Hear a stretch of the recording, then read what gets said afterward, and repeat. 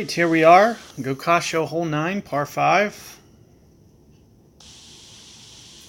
And have not yet to get this one on the update, so first effort here. There's a couple ways to do this. You can just kind of gradually bend it around the corner here. I am going to use a Kingmaker ball. I'm actually probably, just for fun, let's just, bend this around the corner a little bit using some landscape. I'm going to, try to hit this as accurate as possible and maybe skip it through the left-hand rough just slightly if I can. So keep in mind that I'm keeping my spin very much down, and I'm going to play it very close to maybe 1 per ring. And let's take a look there. There's a great ball. See how this comes out. Oh, it hit the rough by a half a yard. So a little bad break there. You can play it very similarly to the way that you've seen me do on my channel for months. You can just play it straight out. You don't need to do anything foolish here. I was just doing it for, fun to get around the corner. I'm sure you guys, already have a strategy for this one. As I mentioned, you can do just what my opponent's doing here. Very little curl, very little power, very little topspin. Just play it out to your safe, straight, and get it to where you can get a sniper on it. So right around there, it's perfect. I caught, a bad break by about a foot.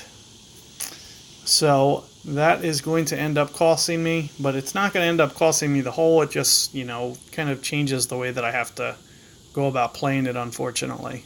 So what you'll see is I'll probably, you can see how it's kind of going to land on a slope that kind of kicks it towards the right. So what you're going to see me do is, kind of about 1 per ring is where I'd expect this to land into a headwind case.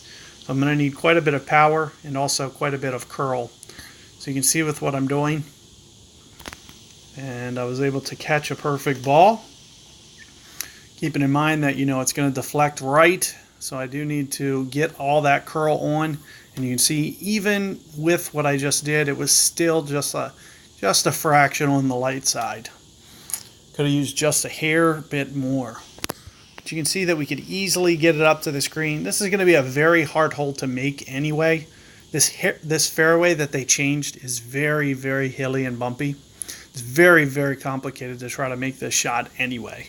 That's one of the reasons that you actually saw me go for the shot that I did, was because it really doesn't matter to me if I was into the rough, especially with an upper level club.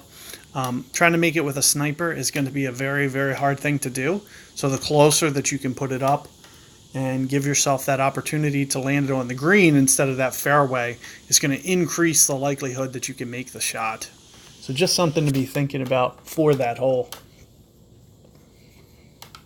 But I wanted to at least make sure that I got this, video. At least you can see, what I was trying to do as kind of a possibility.